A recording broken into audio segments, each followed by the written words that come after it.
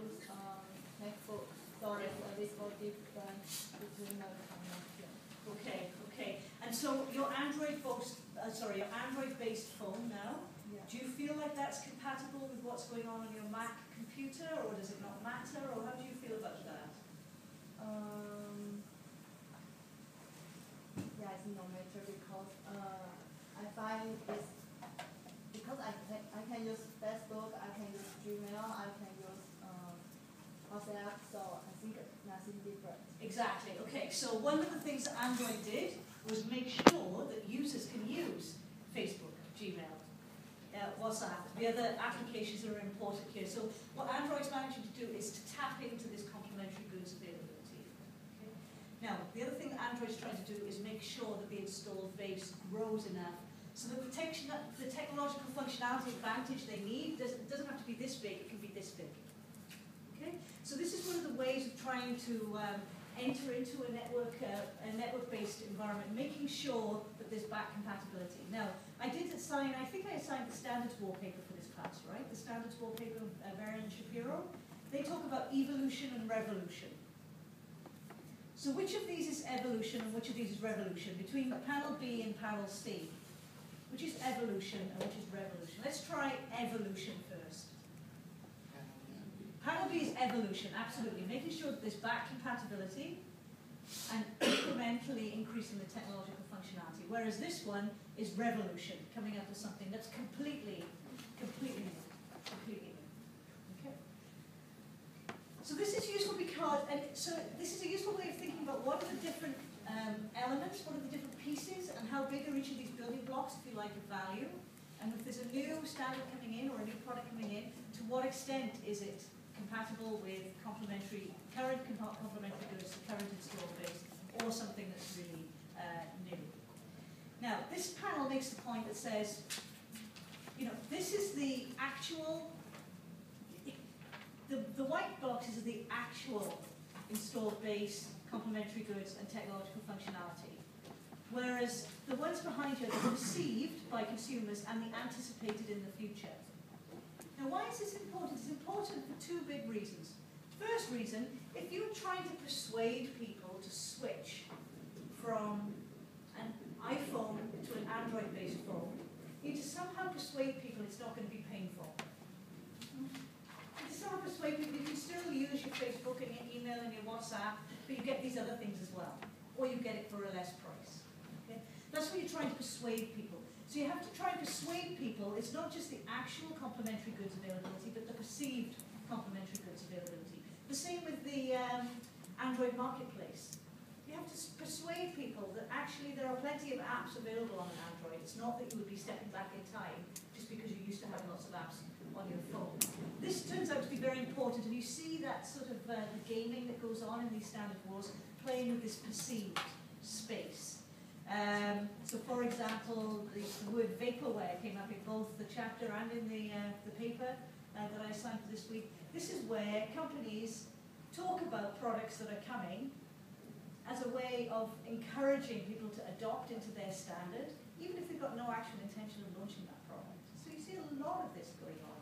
You see a lot of product placement happening.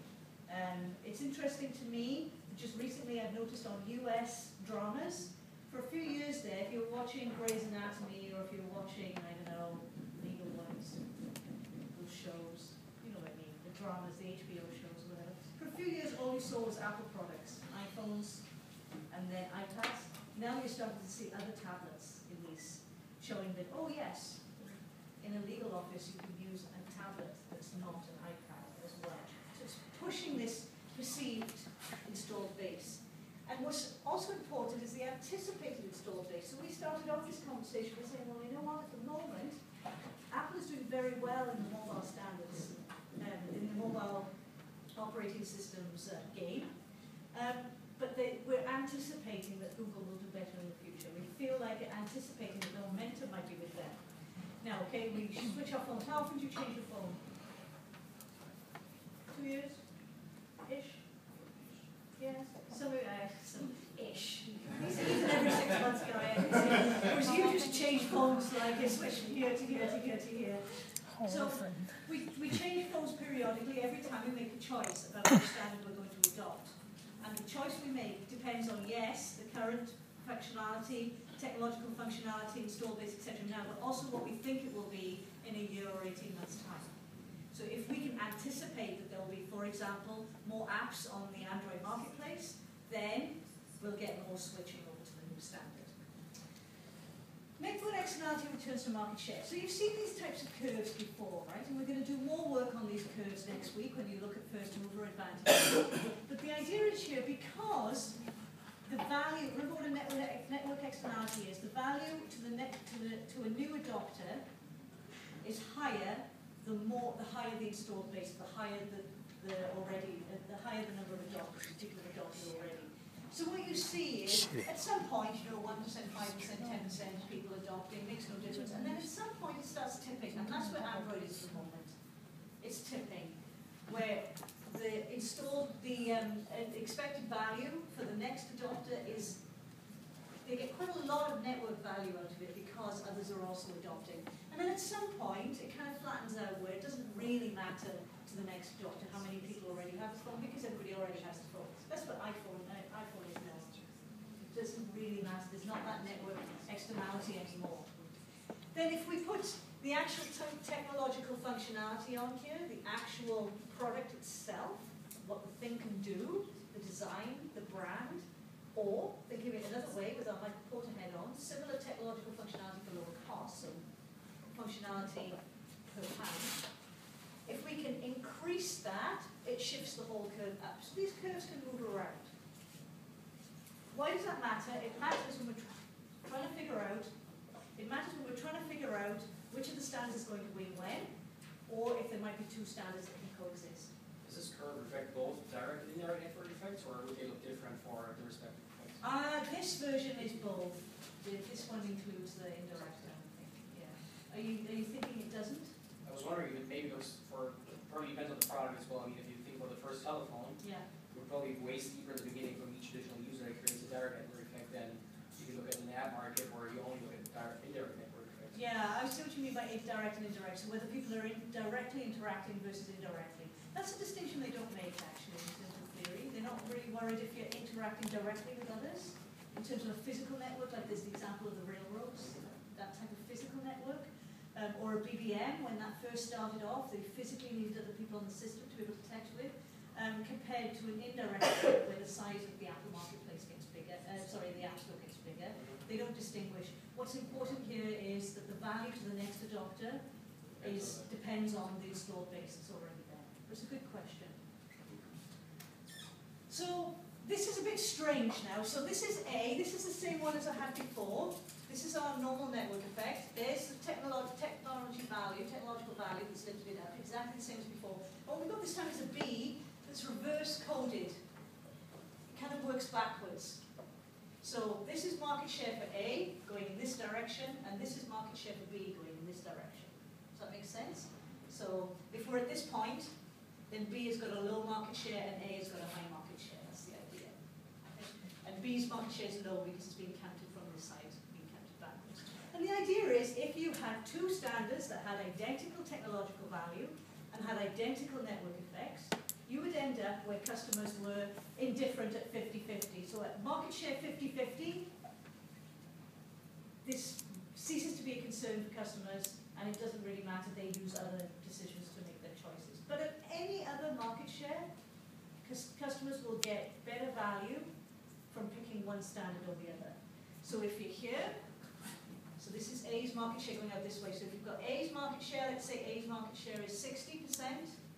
If A's market share is 60%, you can see that the value is higher because of the network effect than it is. Value of A is higher than the value of B. So you see these it kind of tips, if you like. You start off 50-50 or potentially 50-50, and then it starts tipping and you end up with a dominant standard. Now where we are with tablet operating systems at the moment, we're getting close to 50-50 actually, right? We're at 57 and what are the numbers for fourth quarter of 2011? For Apple? Yes, the percentages for Apple. 57. 57, and what's the percentage for Android? 39.1. 39. So it's, I mean, it's not quite 50-50, but it's in that kind of indifference zone. The question is whether it'll settle with two big chunks of them, two separate standards with big chunks of the market, or whether it'll eventually tip and one of them wins. I'm sorry, I didn't quite get how do you calculate if market share of A is 60%. How do you calculate? I didn't quite get the graph. You didn't quite get the graph. I'll try one In more time. general, yeah. I'll try one more time. Okay, so you're happy with this one. This one, just think of this as A, right? This picture is just exactly A. And then what they've done is they've drawn another graph that's backwards, that's the same for B. So if A has a market share of 60%, sorry, if A has a market share of 60% according to this curve, if A's got 60, B must have 40, right? And you count the 40 from here, so this is 0, 10, 20, 30, 40 for B. It's backwards because B is low and then it goes high. They've just drawn it backwards to help with the intersection. So at 50-50, because the curves are the same, the technological value is the same, 50-50, customers don't mind which one. But at any other, it'll tend to tip. So if A's market share is 60%, if we're at this point here, we ask ourselves, well, how much value do consumers get? They get this much value. And if A is at 60%, B is at 40%, how much value do consumers get? They only get this much value. This value is higher than this value, therefore they pick A. And the more of them that pick A, the higher they go up the curve. So what tends to happen is unless you're exactly at this 50-50, you tend to kind of fall to 100% for A or 100% for B. And that's what these standards wars are all about. There's a lot of fighting when they're at the 50-50, and then sooner or later, if it's a winner-take-all market, i.e. if there's only room for one standard, it tips, and one standard or the other wins. Make more sense? Okay. Now I'm going to make it more complicated. Okay. What you can do is you can look at the difference between these two graphs is that this time the technological value of A is different from the technological value of B. So remember what technological value does, it shifts the whole curve up, right? So this time technological value of A is the same as in that graph. But this time we say, you know what? B is a superior product. Consumers like it more. Better brand, better design, better functionality, whatever it might be. It has a better technological value. What does that do? It tips the competition to favor B. So this time they're indifferent at 60-40, but at any other market share, it'll tip. Does that make sense? So you can start moving these curves around, and the idea is that you can figure out who is likely to win based on the relative technological value and the steepness of the curves, because these curves have different steepness. So there is a special case when two dominant designs can survive, and this is the special case. The classic example is game consoles that Ettore mentioned. And the question is whether operating systems are a bit like this or not. So what's the difference between this one and the next one? This time we've got the technological value is the same, so that's not a big difference. Right? With this one, the technological value is different. We've got tech value of A, the tech value of B is bigger. But this time we're saying, no, you know what? Technologically, in terms of consumer acceptance or whatever, they're about the same. But what's different about this curve? The steepness. You see how steep this is? Okay, it starts here, it goes shooting straight up, and then at some point, it doesn't really matter if new people adopt or not. Do you see how that's a different shaped curve from this one? Here, A is kind of flat, it kind of goes up gradually, whereas this one, it's steep. Okay? So what this one says is, sometimes the network value, the network externality value, can flatten out. At some point, it doesn't matter to consumers if you can get 100,000 apps, 200,000 apps, 300,000 apps, 1 million apps. At some point, it doesn't really matter. At some point, enough of your friends are on BBM that another friend joining doesn't matter. At some point, you've got enough friends on Facebook. It doesn't matter if another person joins. It doesn't make you any more likely to join because the value, the network externality value to you is kind of tapped out, if you like. If that happens, you can end up with an indifference region. Instead of an indifference region being a point, there can be this whole range of indifference region, and you end up in a situation